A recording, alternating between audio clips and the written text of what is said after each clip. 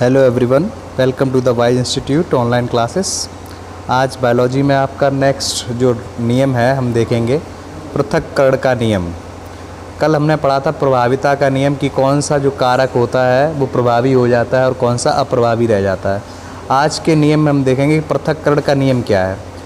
जिस प्रकार कल का नियम हमने देखा था कि वो एक संक्रिय क्रॉस पर आधारित था, उसी प्रकार जो पृथक्करण का नियम है वो भी एक संक्रिय क्रॉस पर आधारित होता है। इस नियम के अनुसार युग्मकों के निर्माण के समय जब युग्मक बनते हैं, जब मेल और फीमेल के गैमेट्स बनते हैं, तो उन्हें बनाते समय जो कारक होते हैं के जोड़े कारक अलग अलग हो जाते हैं। कल आपने देखा होगा कि जब कैपिटल टी और स्मॉल टी हम लेते थे कारक को, तो वो दोनों अलग अलग हो जाते थे। ठीक है, तो इसको हम कहेंगे पृथक हो जाते थे। इस जोड़े में से केवल एक कारक ही युग्मक में पहुंचता है, इनमें से एक ही कारक युग्मक में पहुंचता है। जैसे युग्मकों के निर्माण के समय टी और टी कारक अलग अलग हो जाते हैं। ठीक है, तो ये था आपका पृथक्करण का नियम कि एक युग्मक जो होता है, युग्मक के निर्माण के समय कारक के जोड़े के कारकों के जोड़े के कारक अलग अलग हो जाते हैं, जीन अलग अलग हो जाता है। ठीक, अब देखते हैं अगला नियम स्वतंत्र अपव्यूहन का नियम। ये जो नियम है वो दो संक्रिय क्रॉस पर आधारित होता है। अब दो संक्रिय क्रॉस क्या होता है, मैंने बताया था जब किसी भी पौधे के या किसी भी जीव की दो विशेषताओं को लेकर हम आप क्रॉस कराते हैं, जैसे मान लीजिए किसी की लंबाई और रंग दोनों लेकर क्रॉस कराया, तो वो दो संक्रिय क्रॉस कहलाता है। ठीक है, तो दो संक्रिय जो क्रॉस होता है उसका अनुपात हमेशा रहता है 9:3:3:1। आप इसको ध्यान रखेंगे, 9:3:3:1। जो मेंडल थे उन्होंने जो दो संक्रिय क्रॉस कराया था वो मटर के बीज पर कराया था। मटर के बीज में क्या था कि वो उन्होंने दो प्रकार के बीज लिए, एक पीले रंग का और हरे रंग का। उनमें से एक मुरझाया हुआ बीज, सुखड़ा हुआ बीज था और एक गोल था। तो इसको मिलाकर उन्होंने जब क्रॉस कराया तो उन्हें 4 प्रकार के बीज मिले। ठीक, तो उनका अनुपात था 9:3:3:1। ठीक है, अब इस नियम को देखते हैं स्वतंत्र अपव्यूहन का नियम क्या है। तो सबसे पहला पॉइंट, यह नियम द्विसंक्रिय क्रॉस पर आधारित है। दूसरा, इस नियम के अनुसार कारकों के विभिन्न जोड़े एक दूसरे के प्रति स्वतंत्र होते हैं। अब इसमें क्या है, स्वतंत्र है कारक, मतलब कोई सा भी कारक मिश्रित होकर नया रंग रूप ले सकता है, प्रकट हो सकता है जीव के अंदर, एक दूसरे के ऊपर डिपेंड नहीं है, स्वतंत्र है। लिखा है ये जोड़े स्वतंत्रतापूर्वक मिश्रित होकर नए रंग रूप के जीव के रूप में प्रकट होते हैं। पहले क्या होता था, पृथक्करण का नियम कह रहा है कि एक ही कारक पहुंचता था, लेकिन द्विसंक्रिय क्रॉस जब होता है तो उसमें जो होता है कारकों के अलग अलग जोड़े एक दूसरे के प्रति स्वतंत्र होते हैं और मिश्रित होकर नए रंग रूप के रूप में जीव में प्रकट हो जाते हैं। जैसे उदाहरण देखेंगे कि F1 पीढ़ी के मटर के पौधे स्वपरागण कर 4 संतति उत्पन्न करते हैं, जिनमें 2 संतति जनक के समान होती है और 2 संकरीय होती है। आपने कल में देखा था F1 जनरेशन में 2 जो होते थे वो जनक के समान होते थे और 2 संतति जो होती थी उनमें जीनोटाइप रेशियो में संकरीय हो जाती थी। ठीक है, दोनों के मिले जुले आते थे। अब देखते हैं नया टॉपिक, लक्षण और अभिलक्षण कैसे व्यक्त होते हैं। एक पीढ़ी से दूसरी पीढ़ी में जो लक्षण पहुंचते हैं वो किस प्रकार से व्यक्त होते हैं। तो यहाँ लिखा है कि अनुवांशिकी के लक्षण जीन द्वारा नियंत्रित होते हैं। जीन द्वारा नियंत्रित होते हैं, हमारे शरीर में जो जीन्स होते हैं उनके द्वारा नियंत्रित होते हैं। अब जीन क्या होता है, जीन जो होते हैं वो गुणसूत्रों पर स्थित होते हैं। ठीक है, गुणसूत्रों पर जो होते हैं स्थित जीन, प्रत्येक जीन डीएनए से निर्मित होता है। ध्यान रखेंगे, डीएनए से बना हुआ होता है जीन। डीएनए का वह भाग जिसमें किसी प्रोटीन संश्लेषण के लिए सूचना होती है उस प्रोटीन का जीन कहलाता है। कहने का मतलब ये हुआ कि डीएनए का वह हिस्सा जिसमें प्रोटीन संश्लेषण के लिए सूचना होती है उसे प्रोटीन का जीन कहलाता है। नेक्स्ट पॉइंट देखेंगे, किसी पौधे की लंबाई उस पौधे के लंबाई वाले हार्मोन पर निर्भर करती है। अब पौधों में अलग अलग हार्मोन होते हैं, लंबाई के लिए अलग है, फल पकाने के लिए अलग है, पुष्पों को खोलने के लिए अलग है। तो जो लंबाई है किसी पौधे की तो हार्मोन पर निर्भर करती है। अगर एंजाइम ठीक प्रकार से काम करेगा तो पौधा लंबा होगा, अगर नहीं करेगा तो पौधा छोटा रह जाएगा। तो जीन और गुणसूत्र जो होते हैं आनुवांशिकी के भौतिक आधार एवं डीएनए रासायनिक आधार होता है। इस पॉइंट को आप ध्यान रखेंगे। पॉइंट है आपका कि जो जीन और गुणसूत्र हैं, जीन और गुणसूत्र आनुवांशिकी के भौतिक आधार होते हैं, जबकि डीएनए रासायनिक आधार होते हैं। ठीक है, डीएनए रासायनिक आधार होते हैं। बढ़ते हैं नेक्स्ट पॉइंट की तरफ। आपका अगला पॉइंट है जीन शब्द का प्रतिपादन किसने किया था? तो जीन शब्द का प्रतिपादन जोहानसन ने किया था, एवं गुणसूत्र शब्द जिसको क्रोमोसोम भी कहते हैं, गुणसूत्र का वॉल्डेयर ने किया था। ठीक है, कहेंगे कि लैंगिक प्रजनन के दौरान जो संतान होती है उसके डीएनए में दोनों जनक का समान रूप से योगदान होता है। अब जो सेक्सुअल रिप्रोडक्शन होता है उससे जो संतान उत्पन्न होगी तो उसका जो डीएनए होगा उसमें जो दोनों पेरेंट्स होंगे, माता पिता, दोनों का समान रूप से योगदान होता है। एक जीन सेट डीएनए के अलग अलग स्वतंत्र रूप में होते हैं, मतलब जीन का जो सेट है डीएनए में अलग अलग स्वतंत्र रूप में होते हैं, प्रत्येक एक गुणसूत्र कहलाता है। प्रत्येक जो डीएनए का सेट है वो गुणसूत्र कहलाता है। अतः हम कह सकते हैं कि प्रत्येक कोशिका में प्रत्येक गुणसूत्र की 2 प्रतिकृतियाँ होती। कहने का मतलब ये हुआ कि हर एक सेल के अंदर गुणसूत्र की 2 कॉपी होती हैं, ठीक है, जिसमें से एक नर तथा दूसरी मादा जनक से प्राप्त होती है।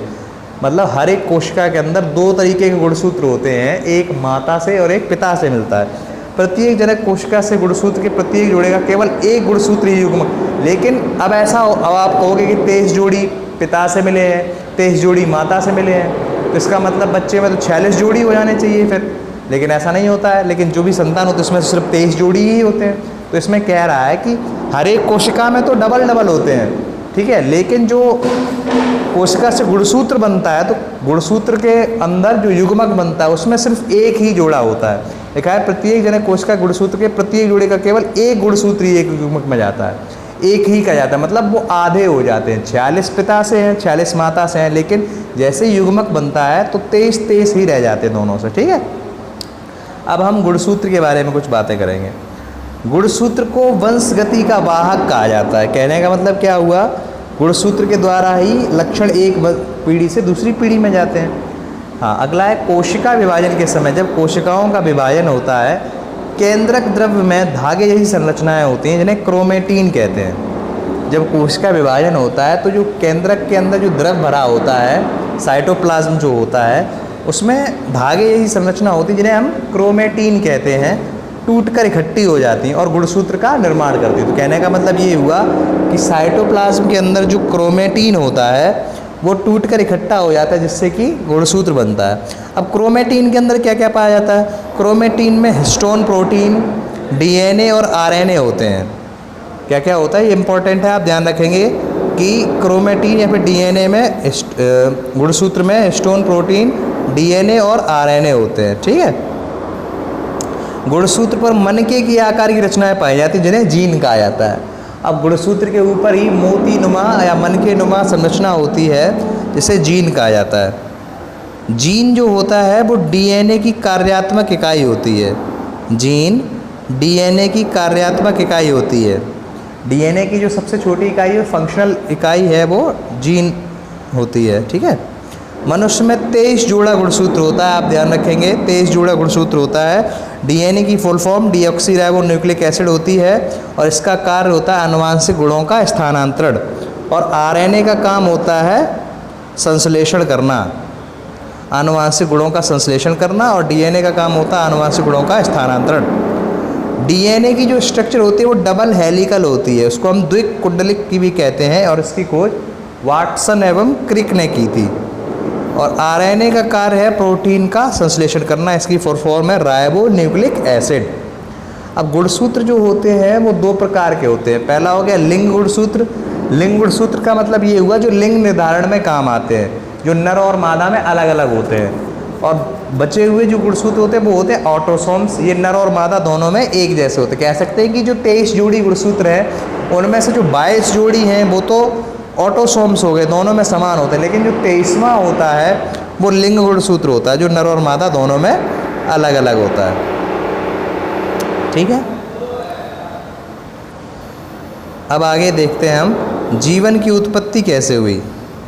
तो अलेक्जेंडर आई ऑपरेन और जेबीएस हॉल्डेन ने, ये 2 वैज्ञानिक थे, इन्होंने ये सुझाव दिया कि जीवों की सर्वप्रथम उत्पत्ति उन सरल अकार्बनिक अणुओं से हुई होगी जो पृथ्वी की उत्पत्ति के समय बने थे, अर्थात सर्वप्रथम प्राथमिक जीव अन्य रासायनिक संश्लेषण द्वारा उत्पन्न हुए होंगे।